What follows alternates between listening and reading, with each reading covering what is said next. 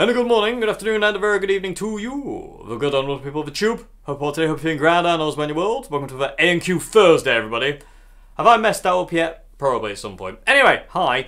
Let's get to question one today. Well, first off, I need to say one more thing. If you want to submit a question for A&Q Wednesday, please go to the description box below. There is an email link. Email me there, your questions, and I will get to them. Promise. Okay, so unless I've answered them before, in which case. Okay, let's get to question one. I'm losing my voice. What's going on? Ah! Calm down. I can't. I'm a mentalist. What? Anyway, moving along. So, yes, hi. Question one today.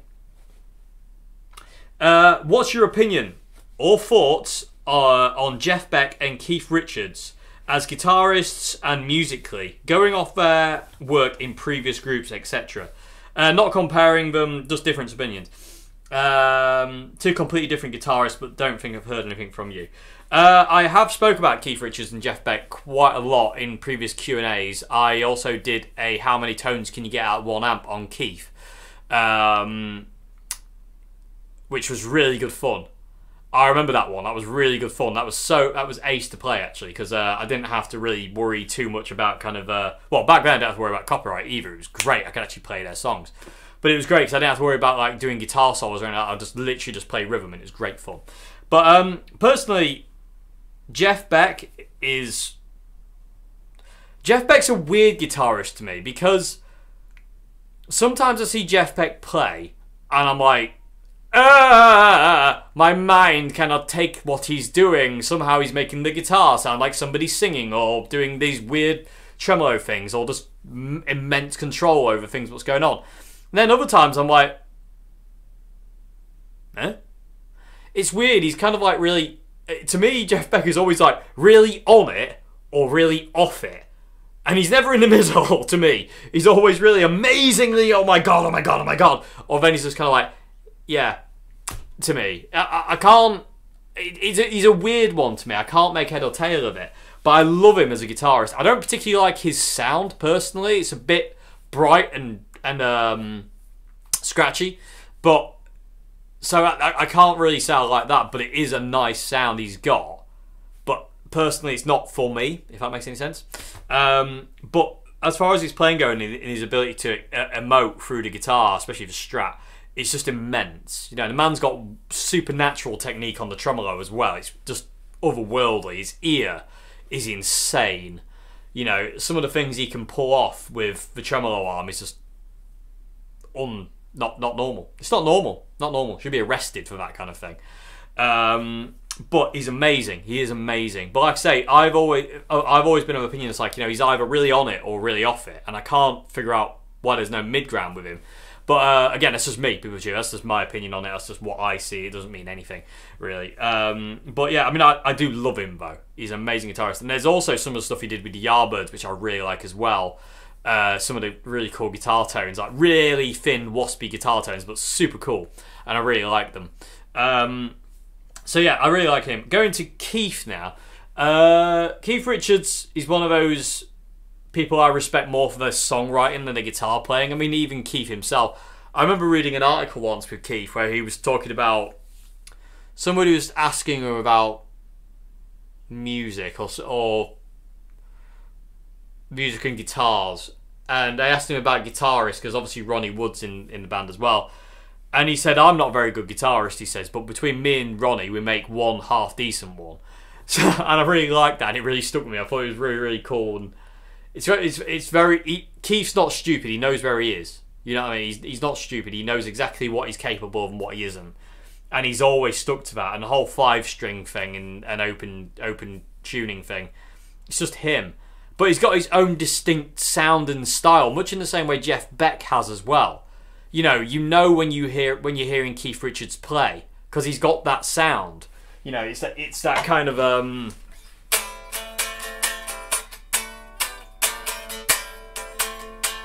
you know, you can hear it. You know, it's so distinctive, that Rolling Stones sound.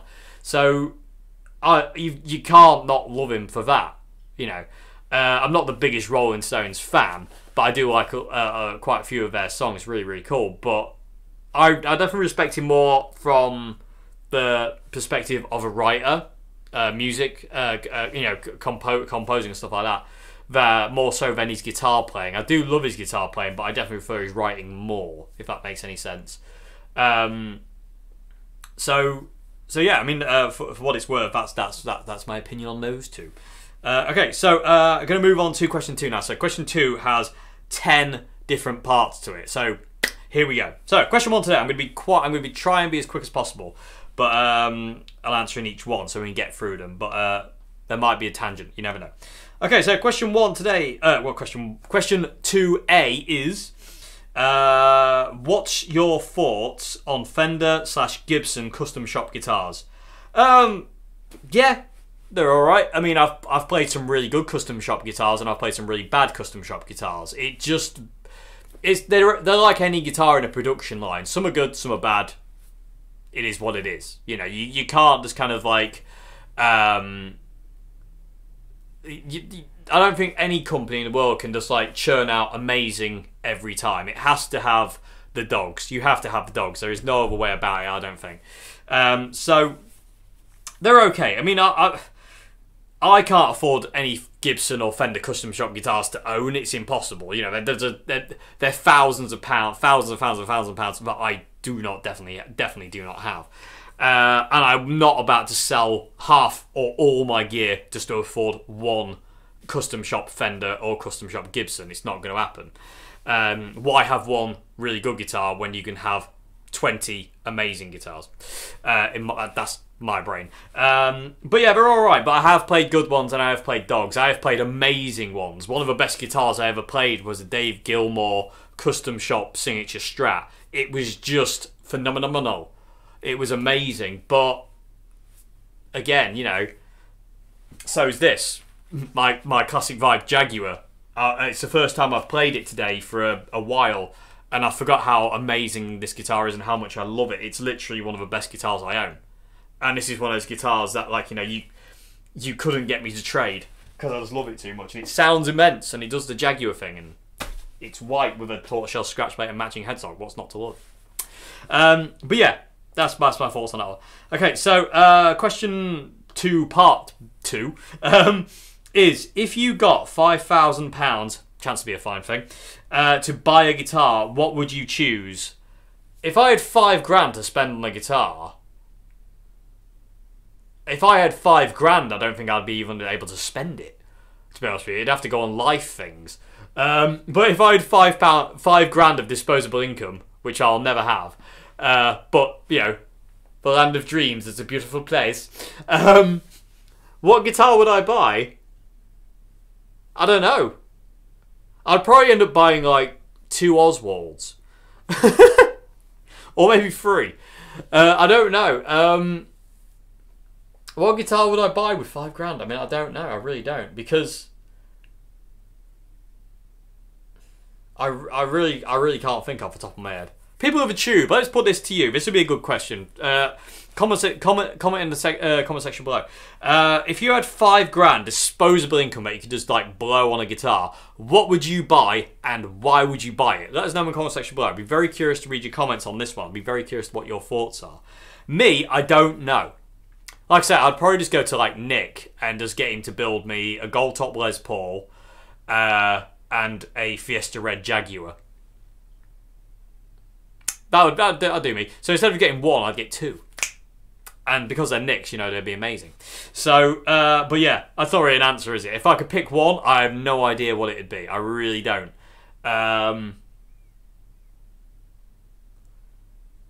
It'd be quite nice to... I do want to own like a 1970s Strat. I really want a Strat with a big headstock. And I don't actually... Oh, I've got the Hondo too, but it's not really... because the frets are so knackered on it, it's not really playable, unfortunately. I will get it refretted whenever I can afford to, but again, refrets are expensive and I can't afford it right now. But I would love a 70s Strat. I really would love a 70s Strat. Maple neck, Olympic white.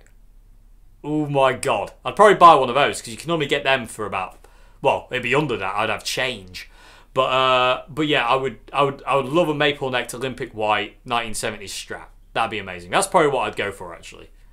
If I couldn't go the Nick route of getting 2. Anyway, or I could just get Nick to build me a 1970s style Strat with a big headstock and Olympic white and maple neck. Either way. Anyway, but I like the idea of it being vintage, like an old one. Anyway, so that's that one. But people do, what would you get? Okay, so question 2, part 3 is, would you sell any of your guitars for a Hendrix Strat?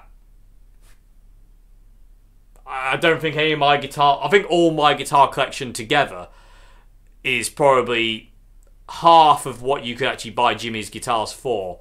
Probably even just like a quarter, including amps, pedals, my life, my soul, my shoes, and my trousers. If I sold everything, I still probably wouldn't be able to like get quarter of a way to earn one of Jimmy's Strats. But would I... If somebody said, if sell me that guitar, you can have this one. It depends on which one it was.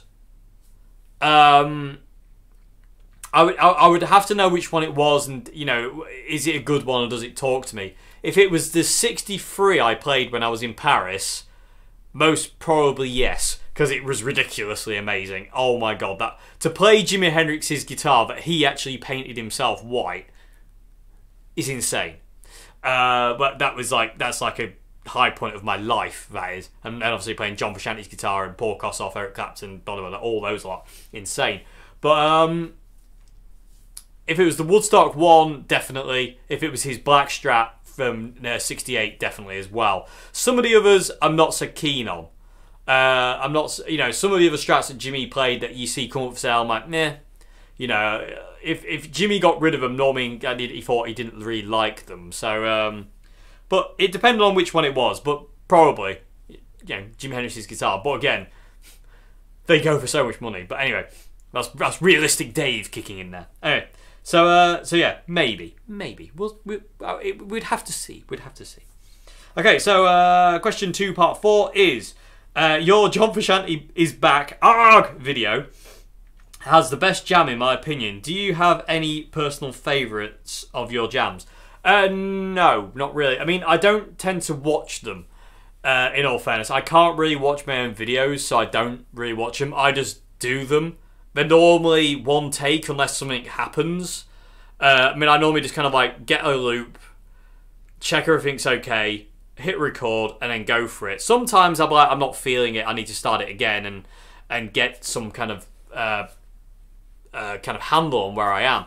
But invariably, no, I don't really watch my own videos to have a favourite. I don't really know. I can't think of any anyway off the top of my head. So if there is any, I don't know of them. But yeah, but if you like that one, thank you very much indeed. I really appreciate it. I'm so glad you like that video. It's really that video is insane. But I'm really glad you like the song in it. So thank you very much indeed for that. Okay, so moving on. Question 2, part 5 is: what's your tip to be a complete rhythm player? What do you work on? Timing. Work on your timing and making chord changes as smooth and as clean as possible. You know, but your timing is, you know, you want to be really more thinking. If you want to be a really good rhythm player, you want to be more thinking about where you belong, because you don't want to be playing. Study Malcolm Young. That is literally what you need to do. Look at Malcolm Young, and he is the quintessential rhythm guitarist. You know, he doesn't play when he doesn't need to. He plays when he has to, and he is just there as what he should be. You know, he's just another bass in the band. You know, it's just ridiculous. Scott Gorham is another one to look at as well. Scott, although he did do lead as well, Scott's rhythm playing is amazing. The way he'd back up people like Brian and Gary is amazing. I love Scott Gorham for his rhythm playing. I really do. But yeah, those two. Just study those rhythm guitarists. I mean, Malcolm Young is the guy, in my opinion, personally, of rhythm guitar. He's just ridiculous. But you know, you do want to work on your timing though, and making the chords as clean as possible, and also working on your tone to not be too big. You know, you don't want it to be kind of like overshadowing lead guitarist, and you definitely don't want to be overshadowing the bass with your tone. You want to sit right in the middle of where the lead guitar is and the bass is. You want to be in the middle of them two. You do not want to have too much low end to interfere with the bass. You don't want too much high end to interfere with the lead. You want to be sat right in there, really mid-rangey, but not a great deal of bass. You know, not a great deal of bass, not a great deal of treble. You know, you need to be quite fat, but you need to be a filler. You know, you need to know your role as a rhythm guitarist. Your role as a rhythm guitarist is not to destroy the bass guitarist because they're important, and your role is not to destroy the lead guitarist because they're important. And also, at the same time, you can't lose your tone in the cymbals of a drum kit. So you need to think about your tone as well. So think about your timing, chord changes, making them really clean, knowing your role, where you sit in the band, when you play when you need to play. Don't play when you don't have to play, and when you shouldn't be playing. And also, like I say, also thinking about your tone and where you sit tonally on the spectrum. So yeah. So moving on to question 2, part 6 now. Can you show us your most used lick? I don't know. I don't know. Like I said, I don't think about what I play when I play. I can show a very heavily used lick, which is this one. That's a great lick. Oh, this guitar's amazing.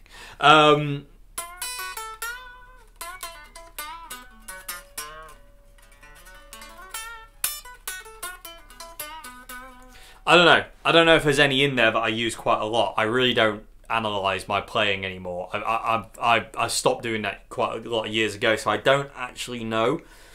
If I start going down that road, I kind of get caught up in it, and then I get kind of like funny about it, and it never really it never ends well for my mind.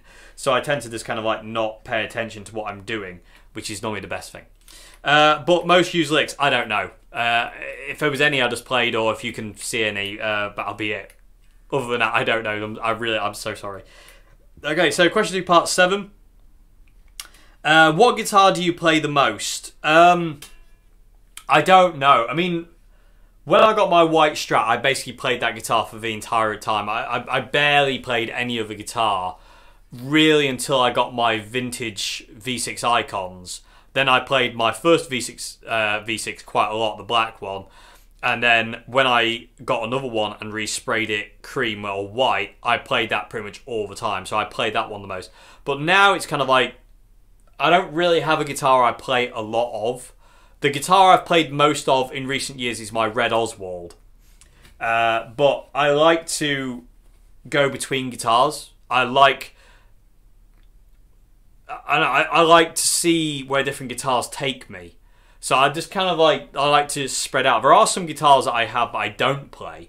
My first ever guitar, my Washburn, I barely ever played that one at all. My second ever guitar, my Epiphone Les Paul, I barely play that as well. I'm never going to get rid of them because of what they are. But as far as guitars go, I just get drawn to them. I actually do this thing where I hover my hand over my guitar and I can kind of feel which one is calling to me that day. For instance, like today's jam wanted to be on the Jag. The other one yesterday wanted to be on the Oswald. Yeah, the first Oswald. You know, who knows what guitar I'll pick up tomorrow. I don't like to be limited anymore to just one guitar. It feels very restricting to me. I don't like just going, I've just got to play this one guitar. Because every guitar will bring out something different in me. And I'm sure that's the same for a lot of you out there. So it's just one of those things of like, I have to go by what feels right on a day-to-day basis. You know, sometimes I might pick up a Jag and just play this for a week straight, but sometimes I won't, and it just depends. It just depends on how I feel. Number 8 now of question 2 is what do you do when guitar playing just doesn't feel right? Do you take some days off, or do you keep playing anyway? Yeah, I just don't play. It's the same way as writing songs. If nothing's coming, I don't write songs. So for guitar, if I start playing one day and it doesn't feel right, I invariably just don't play. And it's not the worst thing in the world to kind of like take a break from. You know, in all fairness, it gives your brain time to kind of like process whatever it's trying to process. Maybe you were trying to learn something and it's like, don't do that right now, I'm trying to do this. So yeah, invariably I just don't play. You know, I tend to take a little bit of time away and just kind of relax about it. I always have a guitar near me. As long as it's near me, I'm happy. But I don't necessarily feel the need to always have to play it, if that makes any sense. If I'm not in the right frame of mind, so to say. But that doesn't happen a great deal because I love guitar and I love playing it, and it's a real thing. But if it does happen though, and when it does happen, it's the best case thing is just kind of like take a step back and breathe. Okay, so question 2, part 9. This is really hard to answer these fast, by the way, PeopleTube. I'm struggling a bit. How come you don't do as much live videos as before? Just time. I don't have the time. It's just a case of, at this point in time, I don't have the free time to do live streams. I just don't. I will get back into doing live streams at some point, but at this point in time, I don't have the time to do it. I'm busy doing other things here and there, so and it takes quite a lot out to do a live stream as well, so I haven't really kind of got around to it. And also, I don't really like live streaming on YouTube because I can't play anybody's song. So if somebody requests a song, I have to turn it down, and that makes me feel like crap, if I'm perfectly honest.